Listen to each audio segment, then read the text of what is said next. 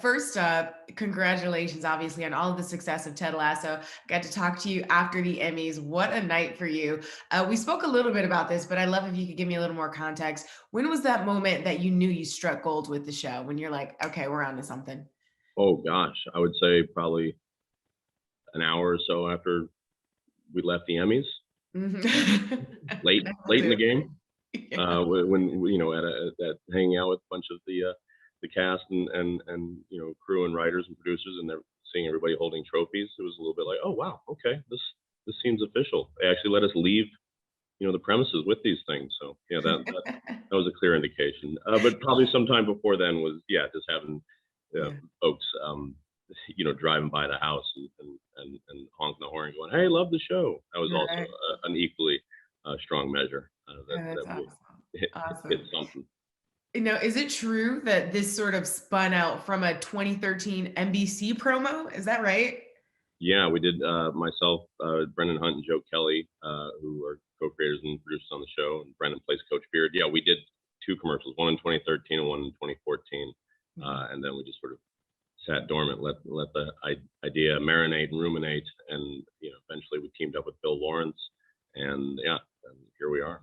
Yeah. I mean, I know you've got the Emmys and all that stuff, but have you seen this? I don't know if there's a bigger marker of success than the kids dressing up as Ted Lasso. Those appear on our television screen or on our text chain amongst all the writers. But in the morning, if someone sees one of those, we put it up on Yeah. the board, and yeah, I've seen quite a few, and Yeah. that really is something else. Especially Yeah. especially when they get little mustaches on little tiny babies. I mean, it's adorable. The Yeah. little babies with the beards. You gotta love it. So you said originally that you'd envisioned this show kind of going for 3 seasons, but now that you're kind of edging into that, you're beginning filming or production for season 3. Are you rethinking that at all, or is this still a 3 season story? Well, I mean, it's so funny because I actually feel like a real coach when answering that question, because they're always like, what are you gonna do about next season? It's like, no, we're playing one season at a time.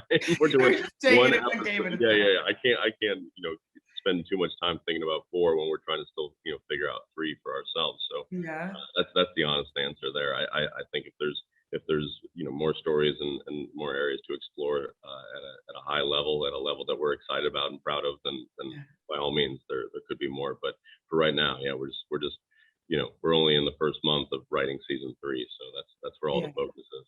I definitely feel like I'm at a post-game presser right now. Thank you, Especially, Jason. yeah, I know. I mean, I empathize for those men and women, like having to answer questions like that, because it's just like, yeah, boy, Yeah. I wish I knew. I wish I could tell you. If I could tell you, that means I knew, but I don't know. So what can I But tell I don't you? know. What about a movie? Would we ever see a film? I mean, that's the same answer. It's the Okay. same. I accept this Work maybe. answer. Yeah, Maybe, like, yeah, maybe.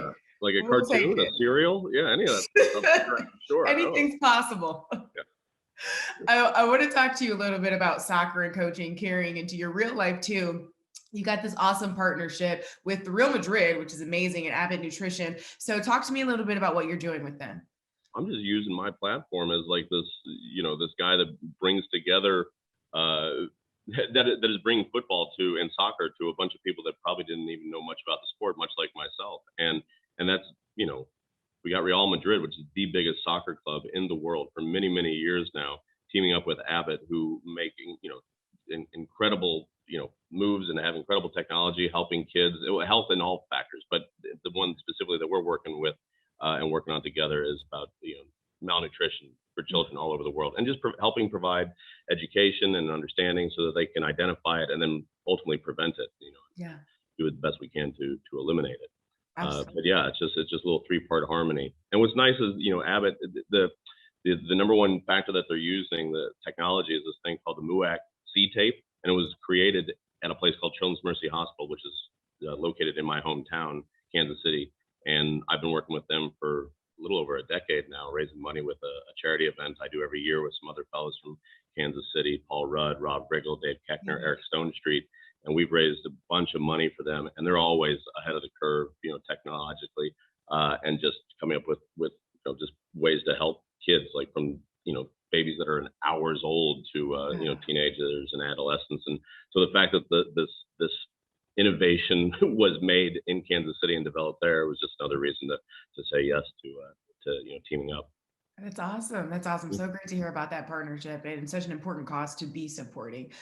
Before I let you go, I want to talk about the fact that you're hosting SNL this week. You had over 200 shows throughout your years with the show, obviously. How's it feel to be getting back into Studio 8H? You ready?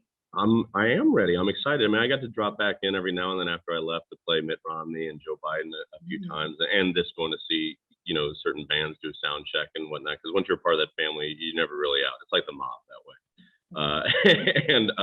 But yeah, I'm looking forward to it. I know there'll be a few differences with COVID protocols and whatnot, but at the end of the day, it's about putting together an hour and a half long variety show in way too short of time with way too many talented people. So Yeah. I'm looking forward to it. When you were a cast member back in the day, who did you fan out over the most? Oh gosh, I mean, Tom Hanks was a big one.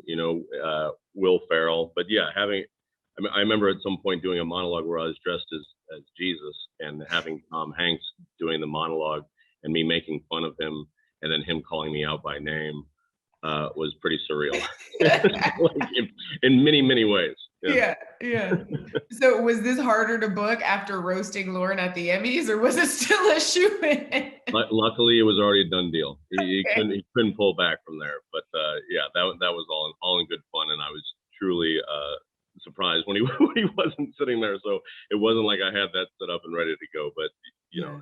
he's obviously got a great sense of humor. It's something Yeah. that you develop after creating a successful comedy show 40 years. I don't think he Absolutely. had one at the beginning, but he's finally got one now. Over time, it's coming. Yeah, yeah. Okay, last thing, we're going to do a Ted Lasso rapid fire. So I need you to answer these from the mind of Lasso, okay? I'll try. Yeah. Ted's TV guilty pleasure. What would he be watching? Oh gosh, C-SPAN with the sound down, and he just provides the voices. Yeah, perfect. Ted's favorite curse word. Gee whiz, Okay. or gosh damn it. Ooh, a little spicy. Gosh Yeah, damn. why not? Yeah, yeah. Ted's celeb crush. Oh, I think it's Pep Guardiola, the Okay. coach of Man City. Yeah. Okay. All right. And last, Ted's bar drink of choice. Well, I mean, we did it in the show that I think he likes getting a single of Jack Daniels with a double, so making it a triple.